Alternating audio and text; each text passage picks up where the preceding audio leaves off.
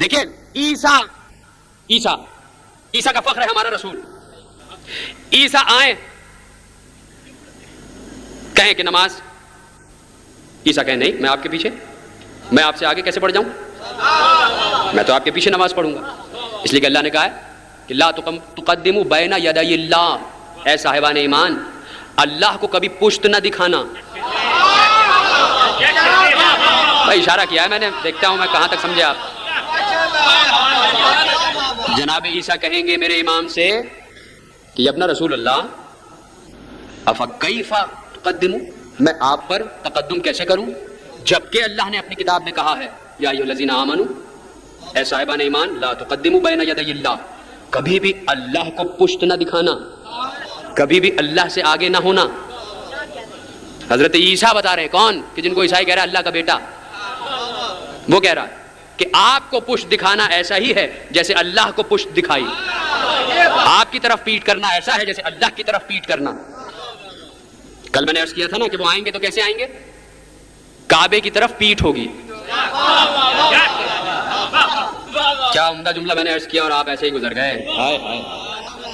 امام کا اختیار اور امام کا مرتبہ یہ کہ دنیا کعبے سے پیٹ نہ کرے بلکہ سینہ اور الٹے قدموں واپس جائے. کعبے کی طرف پوچھ نہیں کرتی دنیا، پیچھے جاتی ہے الٹے قدموں. لیکن یہ امام ہے اور اس کا اختیار ہے، کعبے کا مختار ہے، کعبے کی طرف پشت کیے ہوئے ہے، قبلے کی طرف پشت کیے ہوئے ہے. کعبے کو معلوم ہے میں صرف کعبہ ہوں اور یہ پشت کیے ہوئے یہ قبلہ ہے، یہ قبلہ ہے. اچھا پھر نہیں سمجھا تو پھر سمجھا دوں، لو اب تو دلیل آ گئی، پھر سمجھاتا ہوں آپ کو. نماز پڑھتے ہیں مسجد میں جا کے، محراب ہے نا، محراب جس میں پیش نماز کھڑا ہوتا ہے، محراب کی پشت جو ہے وہ کعبے کی طرف ہوتی ہے.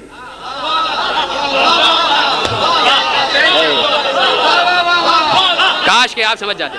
بھائی محراب مسجد کے باہر نکلی ہوتی ہے، محراب کی جو پشت ہے اس کا رخ ہوتا ہے قبلے کی طرف، اس کی پیٹھ قبلے کی طرف ہوتی ہے اور اس محراب میں نماز ادا کی جاتی ہے، وہاں نماز پڑھی جاتی ہے. تو جس کے ذمہ نمازیں کی جاتی ہیں، جس کے حوالے نمازیں کی جاتی ہیں، اس کو اختیار ہے چاہے کعبے کی طرف سینہ کرے چاہے کعبے کی طرف پشت کرے. محراب ہے یہ. میں تمہیں بتاؤں کہ نہج البلاغہ میں علی نے کیا کہا.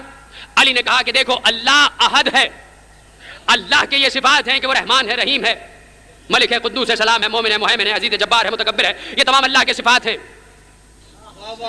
جس نے، اب پڑھو سنو نہج البلاغہ، کہا جس نے اللہ کی ذات سے صفت کو الگ کیا. اب تو سمجھاؤں تمہیں، 5-7 منٹ مجھے اور چاہیے آپ کے تاکہ میں بات واضح کر سکوں. ہے اجازت مجھے آپ کا کچھ وقت لینے کی؟ ہاں دیکھیے، ایک ہے اللہ کی ذات اور ایک ہے اللہ کے صفات، ہے نا. اللہ کی ذات کیا ہے؟ اللہ یہ ذاتی نام ہے اس کا، ہے نا. اب کچھ ہیں اس کے صفات جو میں نے ابھی بتائیں، رحمان، رحیم، ملک، قدوس، سلام، مومن، مہیمن، عزیز، جبار، متکبر، ذوالجلال والاکرام، یہ تمام اس کے صفات ہیں. علی کہہ رہے ہیں اللہ کی ذات ہے اور صفت ہے. جس نے بھی اللہ کی ذات کو صفت سے الگ مانا یا اللہ کی صفت کو اس کی ذات سے الگ کیا تو اس نے دوئی پیدا کی. دوئی پیدا کی یعنی دو گانا کیا، جدا گانا کیا، الگ الگ کیا. جس نے بھی اللہ کی ذات کو صفت سے الگ مانا اس نے دوئی پیدا کی. جس نے دوئی پیدا کی اس نے اللہ کا شریک بنایا، اور جس نے شریک بنایا اس سے بڑا کوئی ظالم نہیں اور ظالم کی بخشش نہیں. یہ علی کہہ رہے ہیں. کیا کہہ رہے ہیں؟ اللہ کی ذات اور صفت الگ نہیں ہے.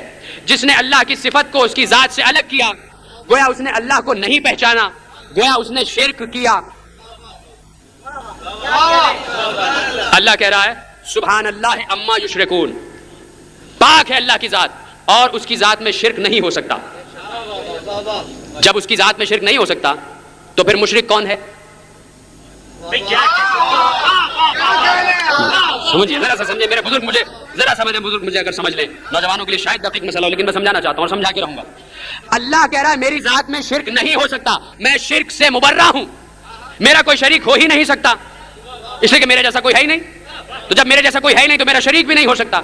میرا شریک کار کوئی ہو ہی نہیں سکتا، میری ذات میں شرک کر ہی نہیں سکتا کوئی. تو پروردگار جب تیری ذات میں شرک ہو ہی نہیں سکتا تو پھر مشرک کون ہے؟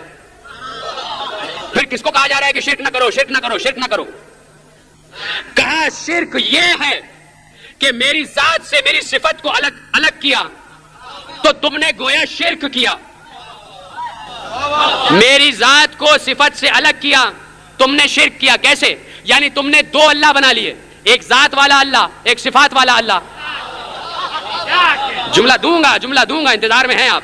اگر تم نے ذات کو اور صفت سے الگ کیا، اس کا مطلب ہے تم نے دو اللہ بنا لیے، ایک ذات والا اللہ، ایک صفات والا اللہ. اللہ کہہ رہا ہے اور علی نے کہا کہ دیکھو اللہ کی ذات سے اس کی صفت الگ نہیں ہے، ذات اور صفت ایک ہی ہیں. اور مسجد کوفہ کے منبر سے علی نے اعلان کیا نحنو صفات اللہ، ہم ہیں اللہ کے صفات. اگر تم پھر وقت دو تو یہ بات بھی سمجھا دوں. ملا صدرہ بہت بڑے فلسفی، ان کی کتاب اسفار اربع ہے، بہت بڑے فلسفی. انہوں نے ایک جملہ لکھا. جملہ کیا لکھا؟ جملہ یہ لکھا کہ وہ نبی کو سمجھا رہے ہیں کہ نبی کیا ہوتا ہے. انہوں نے کہا نبی ایسا ہوتا ہے انسانوں میں کہ جیسے کسی جانور کا جو غول ہوتا ہے اس پر جیسے کوئی چرواہا، جیسے چرواہا جانوروں کو چراتا ہے، بالکل نبی کی مثال ایسی ہے کہ جیسے امت پر نبی ہے اسی طرح کہ جس طرح جانوروں پر چرواہا ہے. سمجھ گئے نا؟ چرواہا کیا کرتا ہے؟ جانوروں کو چراتا ہے اور پورا ایک غول لے کے چلتا ہے، اس کے ہاتھ میں ایک چھڑی ہوتی ہے. وہی کوشش کرتا ہے کہ کہیں سے بھی کوئی جانور باہر نہ جانے پائے اور پورا غول لے کے چلتا ہے کہ وہ اس کے اشارے پہ چلتے ہیں، چرواہے کے اشارے پہ چلتے ہیں. ملا صدرہ یہ کہہ رہے ہیں کہ نبی جو ہے وہ بالکل چرواہے کی طرح ہے اور امت جانوروں کی طرح ہے. یہ وہ کہہ رہے ہیں ملا صدرہ کہ امت جانور حیوانوں کی طرح ہے اور نبی ان پر چرواہے کی طرح ہے کہ نبی ان کو لے کے چلتا ہے. انہوں نے کہا تم کبھی چرواہے پر غور کرو کہ چرواہا جس جانور کے بھی غول کو چلا رہا ہے، مثلا بکری کو چلا رہا ہے، تو وہ اتنا عادی ہو جاتا ہے بکریوں کا کہ وہ بکریوں کی زبان سمجھنا شروع کر دیتا ہے.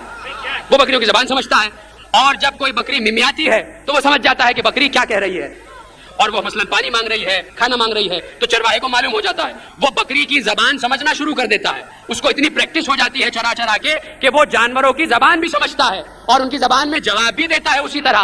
تو اب اگر تم یہ سمجھو کہ کہیں بکری کو یہ سمجھے کہ یہ جو چرواہا ہماری زبان میں ہمیں جواب دے رہا ہے تو یہ چرواہا بھی ہم جیسا ہے، تو اس میں چرواہے کا تو کوئی قصور نہیں ہے.